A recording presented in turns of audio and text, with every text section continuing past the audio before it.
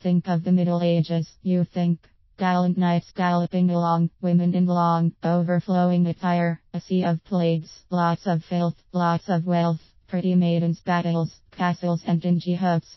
Most of us who learn even a little about medieval times think of castles in faraway lands and begin to study everything there is to know about medieval living.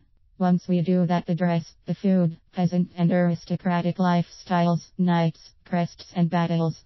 Why, once you learn about the Middle Ages, you will fall in love with these times. Here are 5 pretty good reasons. The clothes. Many in the Middle Ages wore woolen clothing with undergarments made of linen. More wealthy people at the time were quite colorful with brighter colors and better materials. The clothing tended to be quite elaborate, with men of the wealthy sporting hose and a jacket, often with skirting, or a tunic with a surcoat. Women wore flowing gowns and elaborate headwear, ranging from headdresses shaped like hearts or butterflies to tall steeple caps and Italian turbans. The stories. We are fascinated by the many books we've read and movies we've seen.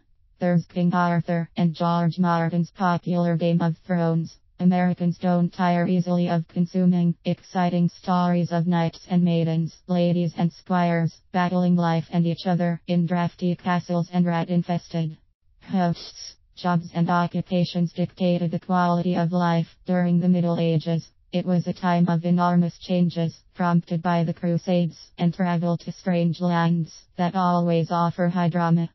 The battles. Knights and swordsmen, archers and foot soldiers went at each other with war and death a constant thing. There was always a fight for power, keeping it and taking it. Lords, earls and dukes were all in the running. Landgraves and various clergy fought for power and money. Villages and their peasants were owned by the rich and fought over, sold and borrowed against. Everyday life. Even the wealthy had to deal with drama. Their castles and manors were cold and drafty, their diets made them sick. Lice and other vermin were a fact of daily life. Hygiene was pretty much non-existent. The fastest communication happened by horse and courier. Would we survive at that time? It's fascinating to look at our lives now and know they had no running water, electricity, heat. We romanticize the knights who fought for the honor of women. Those knights. When we think of medieval times, the first thought is often knights and their ladies. Knights fought to serve their lord, according to the code of chivalry.